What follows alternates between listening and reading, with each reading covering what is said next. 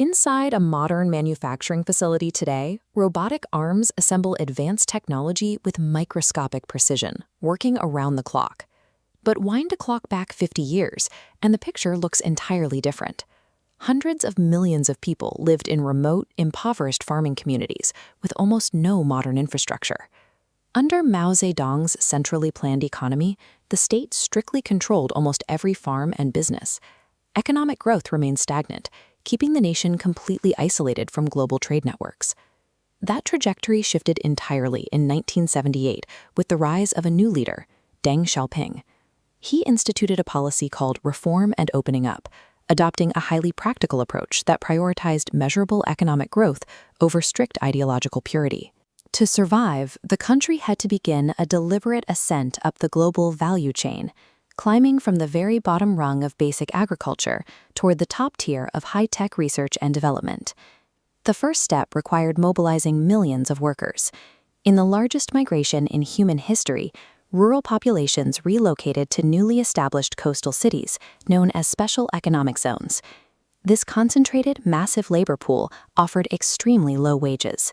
The sheer volume of workers allowed the nation to become the factory of the world by producing low-margin, labor-intensive goods like clothing and basic toys.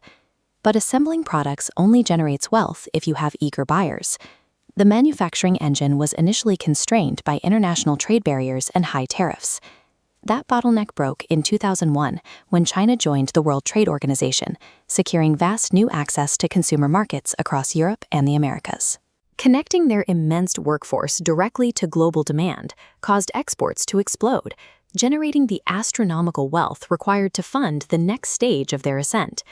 Instead of sitting on those export profits, the state poured that money straight into domestic logistics, paving thousands of kilometers of highways and dredging deep-water ports to optimize their supply chains. They built the largest high-speed rail network on the planet, heavily subsidizing the rapid transit of goods and labor across enormous distances to give their factories a logistical advantage. Looking back at the value chain, simple assembly had a wall. Capturing real wealth requires moving into proprietary design. This chart shows the resulting strategy.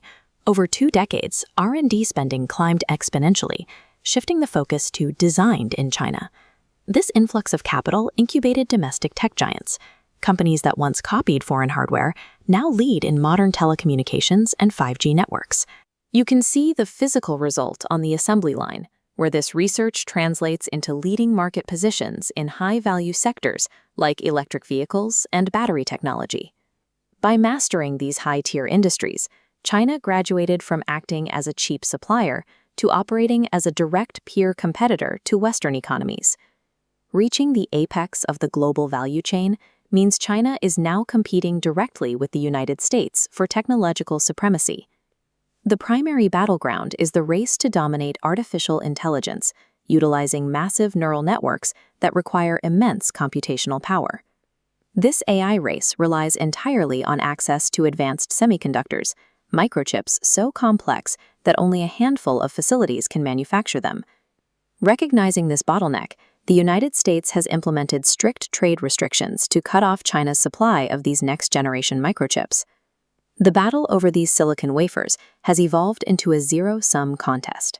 Control over these chips effectively determines which economic and military systems maintain a technological advantage in the coming decade. Yet, while international attention is focused on this technological standoff, the foundation of China's economic ladder is beginning to crack from within. Declining birth rates mean the population is aging rapidly, shrinking the massive labor force that originally built the country's manufacturing base. At the same time, a mountain of real estate debt from the aggressive construction boom now threatens the stability of domestic wealth. The ultimate question is whether China's innovation engine can outpace these compounding internal crises, or if they have finally reached their ceiling. Over the last 40 years, the ascent up this economic ladder has remapped global supply chains, but capturing the top spot requires winning a grueling 2-front war against both American containment abroad and internal fragility at home.